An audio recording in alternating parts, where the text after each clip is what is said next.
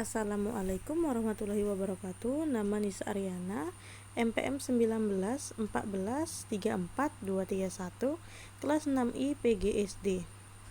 Di sini saya membuat tugas video pembelajaran kelas rangkap. Rencana pelaksanaan pembelajaran kelas rangkap model 22. 2 mata pelajaran, 2 tingkatan kelas, dan 2 ruangan. Satuan pendidikan SD Negeri Tanjung Tiram. Mata pelajaran yang saya bawakan Bahasa Indonesia dan IPS. Semester 1, jumlah pertemuan 1 kali pertemuan, waktunya 2 kali 35 menit. Standar kompetensi Bahasa Indonesia kelas 5, mengungkapkan pikiran, perasaan, informasi, pengalaman secara tertulis dalam bentuk karangan, surat undangan, ataupun dialog tertulis. IPS kelas 6, memahami gejala alam yang terjadi di Indonesia dan sekitarnya. B. Kompetensi dasar Bahasa Indonesia kelas 5, menuliskan karangan berdasarkan pengalaman dengan memperhatikan pilihan kata, diksi, atau penggunaan ejaan. IPS kelas 6, mendeskripsikan gejala peristiwa yang pernah terjadi di Indonesia. C. Indikator Bahasa Indonesia kelas 5, menyusun kerangka karangan, mengembangkan kerangka karangan menjadi karangan yang utuh dan padu. IPS kelas 6, menjelaskan penyebab terjadinya peristiwa-peristiwa alam. Nah, yuk mari kita simak materi tentang Bahasa Indonesia kelas 5 dan IPS kelas 6. Nah, materi Bahasa Indonesia kelas 5 yaitu materi mengungkapkan pikiran, perasaan, informasi, dan menulis karangan. Nah, materi pelajarannya yaitu menulis karangan. Menulis karangan memerlukan langkah-langkah tertentu. Nah, perhatikan langkah berikut ini. 1. Kamu harus memilih tema ataupun topik. Ambillah topik dari pengalamanmu yang menarik. 2. Tulislah butir-butir pokok pengalaman sebagai kerangka karangan yang akan kamu buat. Yang 3, ayo kita kembangkan butiran-butiran pokok kerangka menjadi karangan yang utuh ya anak-anak. Perhatikan contoh berikut. Nah, yang pertama contohnya 1. Menentukan tema karangan, misalnya liburan. 2. Membuat kerangka karangan, yaitu tidak ada rencana mengisi liburan, bersama adik membuat kue, teman-teman banyak yang suka berjualan kue dan mengisi liburan dengan kegiatan yang menguntungkan. Dan 3, selanjutnya menguraikan kerangka karangan menjadi karangan yang utuh. Nah, contoh karangan berikut. Judulnya tentang liburan. Liburan akhir semester telah tiba. Karena kesibukan kedua orang tuanya, Naila dan adiknya Bilqis tidak mempunyai rencana untuk berlibur keluar kota. Akhirnya, keduanya mereka isi dengan liburan kali ini dengan membuat kue apem. Nah, pengalaman membuat kue apem ini mereka dapatkan ketika libur semester tahun lalu di rumah neneknya Bilqis. Yuk kita buat kue apem untuk mengisi liburan kali ini. Kemudian mereka berdua membuat kue apem. Sebagai kue-kue itu mereka bagikan kepada teman-temannya, dan sebagian lagi mereka titipkan ke warung sebelah rumah. Naila, benar kue ini buatan kamu dan adikmu? Tanya Bu Hasna. Betul Bu, kue ini memang buatan kami, sahut Naila. Memang kenapa Bu? Tanya Naila. Banyak pelanggan ibu yang pesan. Kalau kamu bisa, kamu bikin untuk warung ibu ya, jawab Bu Hasna. Akhirnya liburan kali ini menjadi liburan yang menyenangkan dan menguntungkan bagi Naila dan adiknya Bilqis. Nah, liburan Naila dan Bilqis pun akhirnya tidak sia-sia. Dengan liburan itu mereka memanfaatkan untuk mengisi waktu luang yang menguntungkan. Dan materi yang kedua yaitu IPS kelas 6, memahami gejala alam yang terjadi di Indonesia dan sekitarnya. Macam-macam bencana alam itu banyak. Kita akan bahas satu persatu. Yang pertama, macam-macam bencana alam yang pertama yaitu gempa bumi.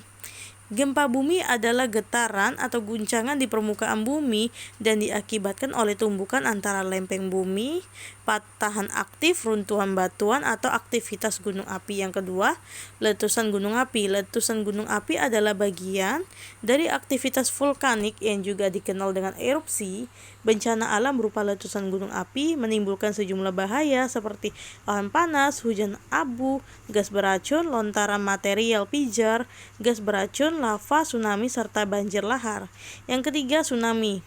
Tsunami diambil dari bahasa Jepang yang artinya gelombang ombak lautan. Suku kata desu berarti lautan dan nami berarti gelombang ombak.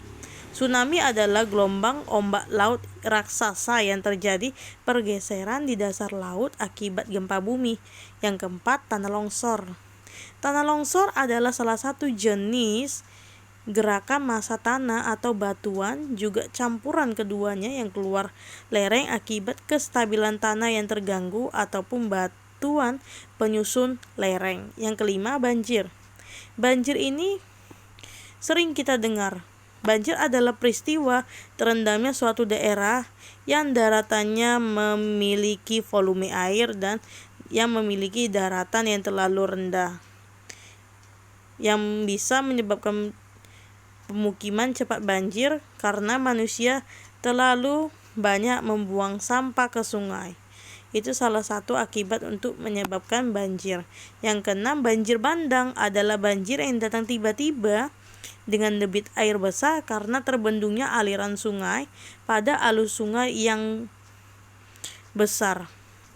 Yang ketujuh, kekeringan adalah keadaan di mana jumlah ketersediaan air jauh di bawah yang dibutuhkan untuk hidup, bertani, dan kegiatan lingkungan maupun ekonomi. Sementara kekeringan di bidang pertanian adalah kekeringan yang terjadi pada lahan pertanian di mana ada tanaman yang sedang dibudidayakan. Yang ke-8 ada angin puting beliung, yaitu angin kencang yang datang dengan tiba-tiba terhadap pusat dan gerakannya melingkar seperti spiral dengan kecepatan 40-50 km per jam. Yang ke-9, gelombang pasang atau badai adalah gelombang yang tinggi akibat efek siklon tropis di sekitar wilayah Indonesia yang berpotensi besar menimbulkan bencana alam. Indonesia memang bukan wilayah lintas siklon tropis, tetapi keberadaan siklon tropis bisa berpengaruh besar pada terjadinya angin kencang dan gelombang yang disertai dengan hujan.